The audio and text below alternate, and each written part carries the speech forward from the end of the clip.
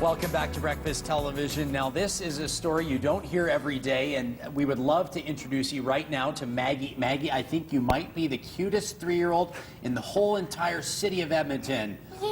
Yay! Congratulations! And of course, Maggie's mom, Lisa Renew, welcome, and Kim Canute. I saw myself. Can you see yourself on the TV right there? Give a wave to all your friends. All right. Hey, Lisa, Maggie has a very unusual story. I have to say, at least for myself, I've never heard about a 3-year-old with arthritis. Tell us about how this all came about. How did you discover it, and what's life like for Maggie? We hadn't heard of a child who's 3, or we didn't really know anything about arthritis before Maggie got her diagnosis. And what happened was she had a swollen ankle, and her right arm, doesn't straighten all the way, and we discovered that it was very contracted in May of this year. And the fact that we'd missed that huge symptom was horrible guilt for us. But so we ended up going to the pediatrician, not having a clue that they were even connected. We just thought she'd fallen at the playground and sprained her ankle. But then there was this arm. So when we were so lucky that we go to the Stollery Children's Hospital, like the pediatric clinic there. And within 3 hours of going there, they had figured out it was juvenile arthritis. The pediatric rheumatologist had come down, made a diagnosis, and we left that day shocked and with the plans to go ahead and start treatment, and it was going to be in July. So after that, we kind of just played a waiting game. Maggie went on some medication.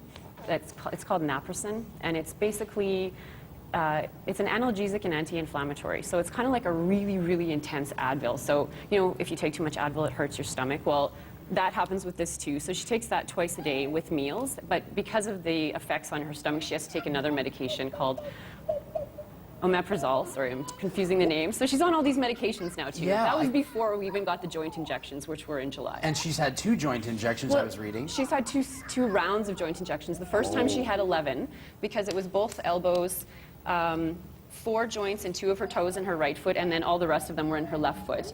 So after the joint injections, she couldn't put any weight on her feet for 2 days, so that was really fun. So we were carrying her around. She did so great. Well, like, you know what? I mean, time. It's fair to say that her spirit is unbelievable. She's got such a beautiful smile. She's just like any other 3-year-old. But Kim, when you're working with Maggie, does it strike you when you work with such a young child that something like arthritis, just you wouldn't think that they'd have to deal with that? How common is it? Well, it's about 1 in 1,000 kids that are diagnosed with juvenile idiopathic arthritis. So it's more common than people realize, I think. Unbelievable. Yeah. And so we heard Lisa's story of what they noticed. Are there things that parents should be keeping an eye out for? Well, basically one of the first signs is any swelling in a joint or more than one joint that lasts, 6 weeks or longer. So that's kind of one of the first key signs. And, it is kind of a bit of a... It's shocking. Yeah, it is. I can't even imagine. Yeah, is it something that can be managed through Maggie's life to the point where it wouldn't be so, can I use the word invasive, or it wouldn't be such sort of a dominant treatment?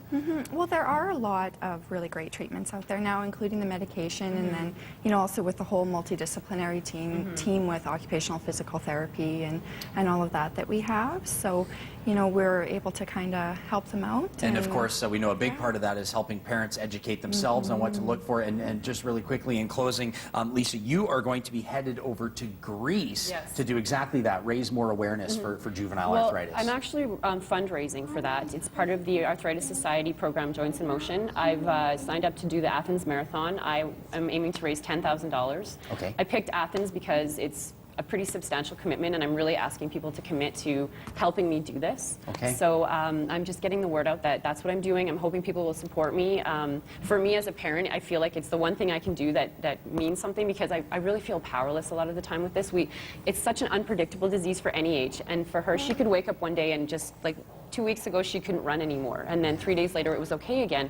She's on other medications now that have other side effects, so it's a lot to deal with, especially for someone such a young age. So yeah, that's the way I'm coping with it, so I'm hoping to get a lot of support. Good stuff. And of course the birthplace of the marathon too, so we can get people started right at the ground level. Breakfasttelevision.ca, click on Inside BT. That's where you can find more on how you can support this journey to Greece. Hey Maggie, we want to thank you so much for coming in. Can you give me a high five?